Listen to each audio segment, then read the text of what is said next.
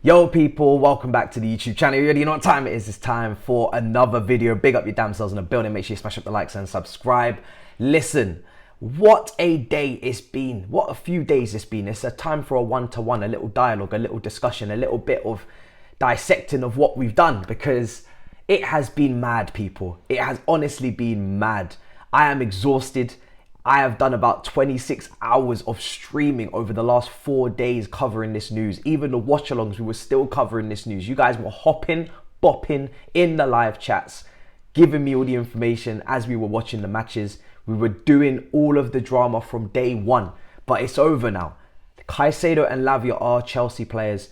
Lavia is going to be a Chelsea player. The Here We Go is coming soon. We know this. Liverpool are already looking to alternatives. We've heard briefings about Valverde, Tchouaméni and all this nonsense. They're going to be going after other targets. Those guys aren't available. So here we are now, sat here, and it's time to go through it all from day one.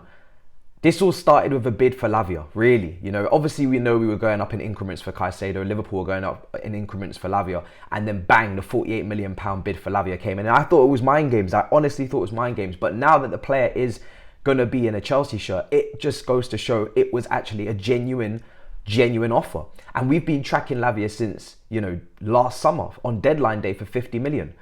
And we've always been apparently reportedly in talks with the player since January. And then it comes out that, you know, over the weekend, as Liverpool are more focused on Caicedo and that situation, having put in a British record £110 million bid, that we were actually always still pursuing Lavia and still talking to him. And he was in London for the whole weekend, and he was actually celebrating with friends that the deal was done, that he was going to go to Chelsea. He had made his decision already. Joe Shields was a massive part of that as well, obviously going from Southampton to Manchester City, you know, going between the clubs there. And then obviously now to Chelsea, and now he's also coming to Chelsea. So he's literally gone with him throughout the whole, you know, kind of last year or so. And obviously known him from the Manchester City Academy. So yeah, just unbelievable scenes, man. Unbelievable scenes. And Caicedo coming in, I mean, it's unbelievable. You saw the announcement video. You saw the way, you know, with his mum. It brought a tear to my eye. I know it did to you too. Do you know what I'm saying? It was rough. It was tough. And then, you know, we just talk about the player and his quotes and talking about wanting to win trophies, wanting to be a legend at our club, wanting to, you know, perform to the highest levels, and the inspiration coming from his mum and obviously his dad who passed away. And on top of that as well, the fact that he has taken that kind of inspiration from the Kantés, from the Makaleles. Obviously he was very young when Makalele was playing, but maybe he's gone back on YouTube and watched it all back. But Kanté, big inspiration for him as well. And it just goes to show that, once again, yes, personal terms for both these players are better than what Liverpool are offering. It's going to be interesting to see what they're actually going to be on, because I don't think they're going to be on some crazy, you know, Lukaku, Raheem Sterling deal. They're not. They're absolutely not. So they're going to be on, yes, maybe better terms, but they're not going to be on something astronomical and nuts that we'd think, wow, that's way too much. But it's crazy. He's going to be wearing the number 25 shirt, it seems. That was broken by his agency.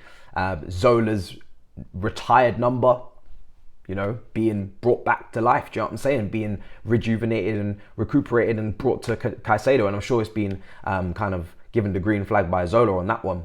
So it's just crazy, all the things that are happening, people. And now we know in our next game, we're going to be lining up with Caicedo, Lavia and Enzo. And that right there makes me ecstatic, honestly. I haven't stopped smiling since it all went through. I needed the night to recover because, you know, it was wild, a couple of live shows yesterday, and now we're here and it's actually happened. And the video that I did 3 days ago, that really at that moment seemed like a dream. I said it's the dream midfield, right? Every single attribute, every single skill set, every single possible thing you need in that midfield is kind of covered with those three. Enzo can do a lot more going forward than people realise, and you saw that against Liverpool in the second half, the way that he's able to just manipulate and wriggle out of tight spaces. And again, goals can definitely be coming from him. Caicedo, the incredible interceptions, tackles, the defensive security, the first phase play, the aerial duels that we've lacked as well, he's been statistically very good at. And then Lavia, he's just the icing on top of the cake. He is us just being greedy. But look at the way he was playing in that Southampton team. Brilliant on the ball, can carry it as well, and fantastic again in the first phase, receiving under pressure. Unbelievable performances we saw against Chelsea, we saw against Manchester City, we saw against Liverpool. We saw against Chelsea twice, sadly. Unbelievable. What a talent. Every time I watched him, so impressed. So I can't wait to see these three. And I'm looking forward to seeing what Poch can do. Obviously, we know he's an incredible developer of youth. We know that Caicedo, obviously, Spanish speaking, another reason maybe why he would have potentially, moved away from Liverpool and not really gone up the M1 like Bloom would have wanted. And he's come to Chelsea to play with Enzo Fernandez, to be coached by Pochettino, who again is so underrated and was heavy in these talks, as well as Egbali taking over as well and getting involved. But when I wanted Pochettino to come in, this is one of the reasons. His work and his record with young players is fantastic, and players know that. You don't build that Southampton team by accident. You don't build that Tottenham team by accident. And people don't give Pochettino credit and his absolute, just the way he can work with young players. He's not the best manager in the world. He's not the best manager in the world. But when it comes to working with young players, his track record is there and it speaks for itself. And he can use that to his advantage when he's speaking to these 21 and 19-year-olds and 20-year-olds. And they can say, okay, I hear it. I saw what you did for Tottenham. Took them to a Champions League final, something that will never ever probably happen again in their lifetimes. I've seen what you've done with the likes of Wanyama, the likes of Alderweireld and Vertonghen and all of these guys, and the Walkers, and the Danny Roses and the Alis and the Kanes. I've seen what you've done. So happy, man. So happy, people. And I'm so happy that it's actually come to an end, because I am tired. But it just goes to show that if you've got a great relationship with the player and you've been sincere and honest with the players, which we have the whole time, and we've made them feel like priorities and made them feel like we really want them, and we haven't, ditched them, which is what really Liverpool did with Lavia, and that's where they got it horribly wrong. Going in with that big British transfer record for Caicedo, you've showed your hand. You've showed the entire of Europe that you have 110 million to spend on a defensive midfielder, so you can't really haggle. You're going to be overpriced for your next target. And you've shown Lavia that you're not really interested in him. You prefer Caicedo. And while you were doing that, not only were you going after a Caicedo that he didn't speak to personally on terms of personal terms, because Klopp had never spoken to him before that bid went in, evidently, because now, when you did put the bid in, you couldn't agree personal terms in terms of getting the player to come up and do the medical, which now you say you've cancelled. And now you say that you didn't put in a £60 million bid in for Lavia, which we saw you did, reportedly. You clearly did. And we got him for 50 million plus 5 million add-ons. We got him for cheaper than you bid. It's absolutely insane. It's nuts. We got him for cheaper than you bid. It's nuts. But that's because the player was already decided he's coming to Chelsea. Maybe Eden Hazard had a little thing to do with it, telling him how great Chelsea is. Obviously, when it comes to Caicedo, it's Cucurella and it's Sanchez. And we've got a couple Brighton staff members still. But just building that relationship with players, Caicedo and Lavia, making them feel important, is why we got these deals done. We didn't get these deals done because Brighton like us. We didn't get these deals done because Liverpool like us and they wanted to just walk away. They left their bid on the table. No matter how many times we asked them, they left their bid on the table. And by the time Liverpool came in with that improved offer, which is reported by a Belgian journalist who's been spot on throughout all of this, secret scout, spot on throughout all of this, big up to them, man. Listen, we were already over Lavia was already over the edge with Liverpool at that point, and was like, listen, I'm not going to keep going back and forth now. I'm just going to go where I've agreed to go. And that's exactly, how it all transpired and how it needed to happen for us. And listen, we've seen people complaining about FFP. Thankfully, we've seen Simon Jordan come out and say on TalkSport. We've seen them speak about on Sky Sports. We've seen them speak about The Athletic. We saw John L. Henry turn up at Stamford Bridge, and he wanted to, make a big complaint to the Premier League. Other Premier League clubs are complaining. Listen, it's being phrased and put to you quite clearly, FFP, how we've done what we've done. If you don't like it, then you're lucky that the loopholes have now been closed and you don't have to worry about it anymore. UEFA have closed their loophole, but we're not in UEFA competition this season, so it doesn't matter anyway. Now Premier League are closing the loophole for next summer, and that we've taken advantage of the system because there were loopholes. And when people talk about FFP, it's almost like they want to play dumb, like they don't know what we've done. You know exactly what we've done. We've amortized our deals over 8 or 9 years. Both of these players, Caicedo and Lavia, will be signing 8-year contracts. We've amortized their transfer fee over the 8 years. And now the loophole is closing. It will be a maximum of 5 years, but it's a little too late for that, potentially, for those guys. For other clubs will be pissed because you should have closed it earlier. But listen, that's not our problem. We've amortized those transfers. So our actual spend for the financial year, which is what FFP is all about, right, is going to be a lot lower than you think it is. And there's no point looking at the transfer fees and adding them all up, because that's not how it works. And you need to take into account the wages. We have significantly slashed the wage bill, and you need to take into account the sanctions and the fact that we were not able to sell tickets, and we were not able to sell shirts, and we were not able to do business, and we were not able to even really travel to games correctly. And we took massive revenue losses when we were going through ownership. And then also on top of that, COVID, which is everybody's problem and everybody had to deal with. So we've actually got a lot of lenience because of those issues with ownership and because of the lack of income for a good few months. A good amount of time. I think it was from March all the way to kind of like May. So, you know, we have a lot of wriggle room. So, you know, it was already articulated brilliantly. It's not something we can carry on doing. We can't keep doing what we're doing. But at the moment, we are fine doing what we're doing. And this is where it's going to come to the fact that, yes, of course, we're going to see potentially pure profit players going to, again, help us even more. You know, Mason Mount's gone. You know, Loftus-Cheek has gone. This is pure profit on the books, immediately coming onto the books, pure profit. We've stagnated our money that we've spent. We've stagnated it across 8 years. And the money that we're bringing in is straight in right now. And Gallagher is potentially going to be sold for, we'll see how much. If West Ham come in to replace Paqueta, hopefully a good 40 million, I'd still take that deal, even though the fantastic performance over the weekend. I feel like Caicedo and Lavia are now going to do exactly what Gallagher can do in that position, but also they're going to do much better because they're going to receive the ball much better in the first phase. They're going to be much more press resistant. They're going to help us play out from the back. They're going to progress the ball better. They're better passers, etc. So I'm looking forward to that upgrade.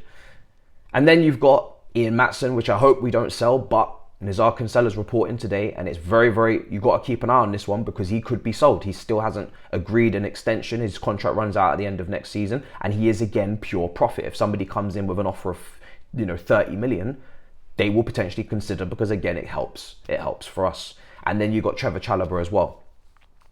And we've obviously seen Decisi's fantastic, goal and, performance there, really encouraging in the second half. So again, they will feel that he's Chalobah surplus to requirements. So there's a lot going on in terms of what we can still bring in, and that's without mentioning Hudson-Odoi, Ziyech and Lukaku, which at this point, how much money are we really going to get for those guys? But at least off the wages will be again another help. So listen, there's no point complaining. There's no point turning up to Stamford Bridge and trying to get your elbows out and try and engineer some sort of, I don't know what you expect, a points deduction. Did you expect a transfer ban? We get caught. If we really do something wrong, we actually do get caught. We've had a couple of transfer bans already. So you don't need to worry about us. Chelsea are not this team that are media darlings or everybody loves us. When we do something wrong, we will be there. We will be caught. We will be under arrest. No problem. We will be sanctioned or whatever. So you don't have to worry about that. You don't need to, you can, if you wish, waste time complaining, bitching, moaning. But at the end of the day, it's not getting you anywhere. Didn't help your club get your deals done either. So big up John Henry for that. Do you know what I'm saying? Because all you've done is just piss off everybody in your fan base, get none of your deals over the line. And yeah, it is what it is. But we have literally played a great game of chess. We were in some cases a little bit fortunate. Obviously we have to be thankful that Caicedo and Lavia really want to join us and really believe in our project and what we're doing. And it's only, yesterday Gary Neville was saying, I wish we could have what Chelsea's midfield looked like in Caicedo and Lavia. It only cost them 170 million. You know what I mean? And Enzo. But a couple of days ago months ago, it was, Todd Bowie, cowboy, doesn't know what he's doing. This guy's crazy. He's lost his mind. So listen, everybody will have to hold that. Everybody must hold that. And, yeah, man, listen, we've got these two players in 8-year contracts. The Here We Go for Lavia's coming soon. And I can't wait to watch these three ball out in the midfield, man. And it's been a long, tiring process. It's been a long couple of days. This couple of days has felt like a couple of weeks. But with the help of, I guess, Liverpool, in terms of forcing us to actually go above and beyond, we have overpaid. We have overpaid 100% for Caicedo. For Lavia, I don't think we've overpaid. I think, that's kind of what everybody expected to pay anyway, 50 million. it's the going rate for a player that's had one very, very good season, in my opinion, at Southampton, and was definitely going to be wanted by even more teams, potentially even Manchester City themselves when the release clause kicked in next summer. I'm cool with that. The Caicedo is a massive overpayment, and I hope we don't deal with Brighton again. You know, they have 100% fleeced us here. 115 million plus a sell-on clause is astronomical. It's insane. But because we went for Lavia, you know, we brought Liverpool into the conversation. We forced ourselves to compete with them and go above and beyond. But at least we got the player. This is not a big as L than it would be to not get the players. It's better to get the players because, listen, if they perform, nobody talks about the cost. When Bellingham performs for Real Madrid, nobody will talk about the cost anymore. When hopefully Enzo smashes it for us, Caicedo smashes it for us, people won't care about the price. And inflation. These prices are only going up. So what they're worth today is not 115 million, no. But what they'll be worth in 5 years, 6 years, God knows, crazy. So you may as well just suck it up and hope that what you've invested in is a guaranteed success. And if it is, then we have this midfield for the next 5, 6, 7 years minimum.